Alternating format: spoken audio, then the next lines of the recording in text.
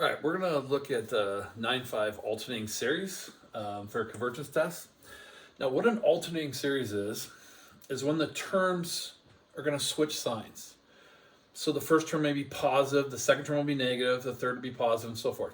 The first term could be negative, then positive. They just switch signs every time, okay? So if you look at this one right here, this negative one at the end, when you see that, that's letting you know it's an alternating series. Because if I plug in 0, negative 1 and 0 is positive, so that first term is positive.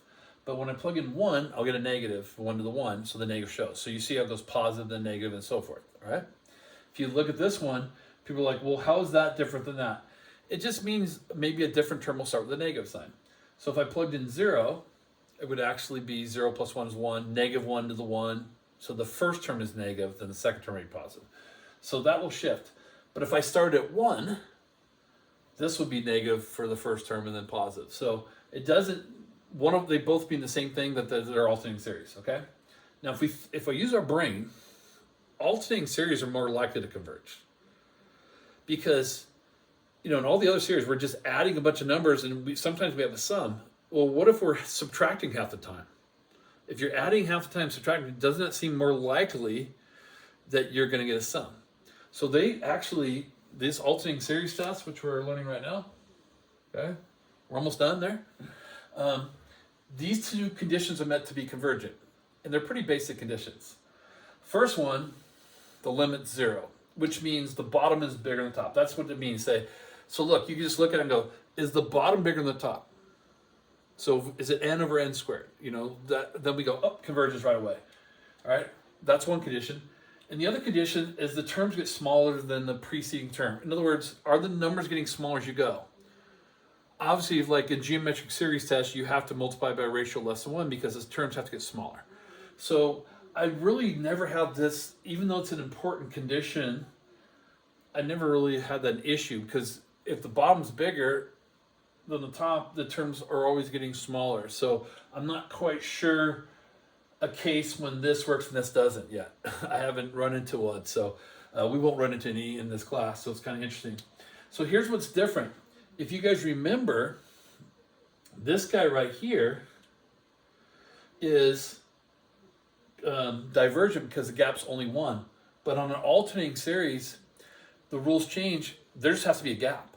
It doesn't have to be more than 1 like it usually is. It just has to have a gap. So if the bottom is bigger than the top, no matter what, it converges.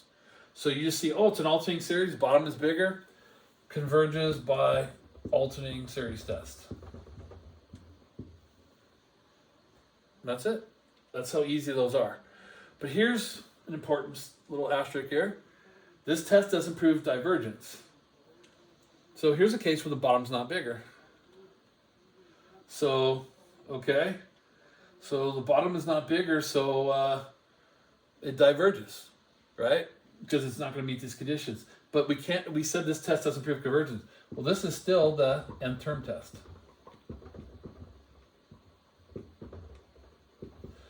If you go back, remember the nth term test, remember if they tie or the top wins, that takes care of immediately. So even though it's an alternating series, it still is the nth term test. So the nth term test works for both, which is kind of cool.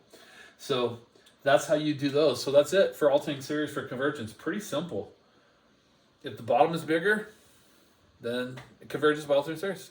If you see if you see the negative 1 to, it could be n plus 1, it could be n. I have both those, n plus 1, doesn't matter. But if the top is the same or bigger, it diverges, but you can't say diverges by alternating series. That's one thing that people make that error, all right? Because it does not prove divergence, all right? It just shows convergence. All right, so that's the alternating series. Now, there's something else called conditional probability, okay? So, let me show you that.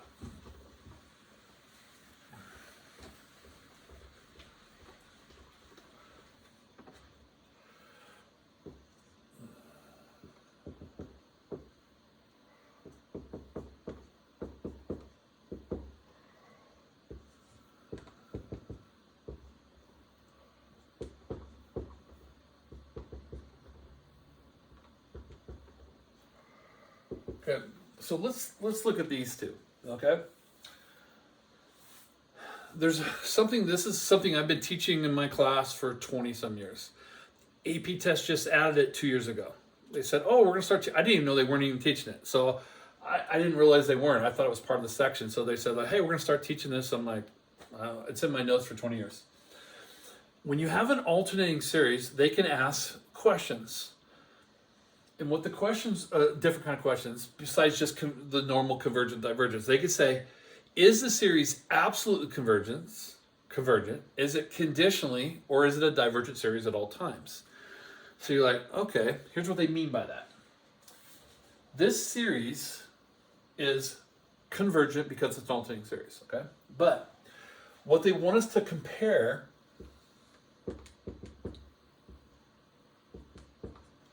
so compare the same series without the negative one. What would the series do without the negative? Well, one over n diverges by, p series. Remember, the gap has to be more than one on a regular without the absolute value. So what conditional, to check for this absolute convergence and stuff, you check your series with and without the negative, okay? With it, it converges by, alternating series test. Without the negative, that would fail. So we say it's conditionally convergent.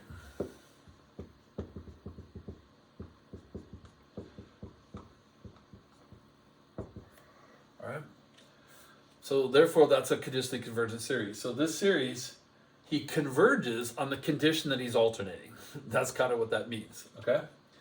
Now this guy, he's convergent by alternating series as is. But is he convergent? Is he convergent without the negative sign? Yeah, that's the gap's more than one. So he converges by p series. So since he converges with or without the negative, he doesn't need to be alternating to converge. He's called absolutely convergent.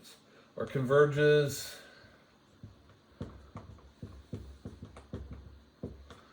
absolutely. Think of like absolutely as the absolute value. He converges, like an absolute value of a series gets rid of the negative one. That's pretty much what's happening there.